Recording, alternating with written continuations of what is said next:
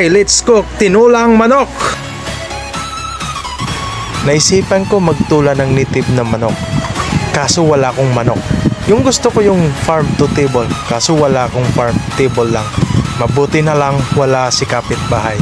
Kaya manok, lumapit ka. Ayan, tayo'y magbabanding ngayon. Sa banding na sambunutan, ayan si manok nakalbo na. Sa konting paligo, si manok, ayan, kuminis na. Kaya ngayon naman, magpaluhan tayo sa hita. Palo lang ng palo hanggang ikay magkagusto. Oh, ayan, pantay ang hatian. At saka mabuti na lang ang papaya. Abot kamay. Salamat kapitbahay. Talagang ikay masipag at maasahan.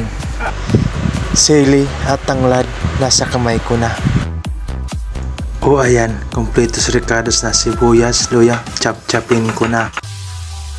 Sa mga waray, pag sinabing tinulang native na manok, green papaya yan. Pero sa iba, sayote daw kasi ang papaya ay prutas. Ang kapitbahay kong manok na chismosa, mistisa, chinap-chop ko na. Kasama na ang mga sangkap, kaya ready na silang igisa. At sa nagbabagang kawali, maglagay lang tayo ng mantika para gumanda. Ilagay na natin ang luya. Halo-haloin lang ng maayos para bangoy lumabas. At isunod ng tanglad na laging nabibilad. Yan. Mabango na silang dalawa. Mas magandang tanglad pag ginigisa kasi lumalabas talaga ang tunay na aroma. Tapos, isunod na natin ang maiyaking sibuyas. Ayan. Mapapasana all ka na lang. Paiyak-iyak dahil sa sibuyas. Ang sibuyas kailangan lang igisa ng matagal para lumabas ang kanyang tamis.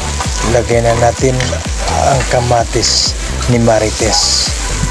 Ayan, haluin na. Ayan, manok na pinaasa, ginisa ko na. Paikot-ikutin lang, parang ikaw, pinaikot-ikot, pinaasa at iniwan ding nag-iisa. Ayan, halo-haloin mo lang na walang kasamang biro para walang masaktan at tawanan lang. Igisa mo lang hanggang mga amoy barbecue para lumabas ang natural na lasa. Hindi tulad sa boyfriend mong loko, kahit anong gisa mo at kahit sunugin mo pa, hindi pa rin lalabas ang totoo.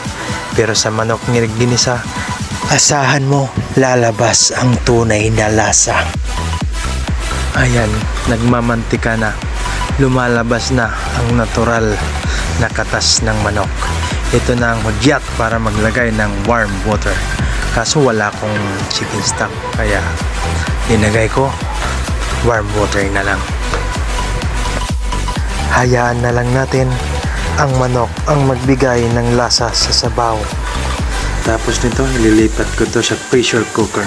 Maglagay lang tayo ng konting MSG, King of Flavor.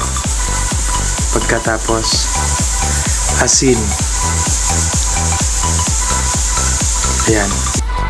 Nailagay ko pala to sa pressure cooker kasi ang manok kong nahuli, medyo may edad na. Tapos patis, kasi ang patis, it adds more flavor. Lagyan natin ng laurel, tapos takpan at pakuluan sa pressure cooker. Siguro pakuluan natin mga 12 minutes lang kasi manok, madali lang to. Ayan na, nag-yellowish na ang sabaw. Sabay natin ilagay ang green papaya. Yan, haluin lang ng mabuti at pakuluin natin hanggang lumambot ang papaya. In a few moments, ayan na, lumambot na ang manok at papaya ni kapitbahay at ready nang kainin. Huwag niyong kakalimutan ang paglulutong ganito. Mura na, mapapamura ka pa sa sarap. Kainan na! Para sa kapitbahay, salamat. Masarap ang manok mo.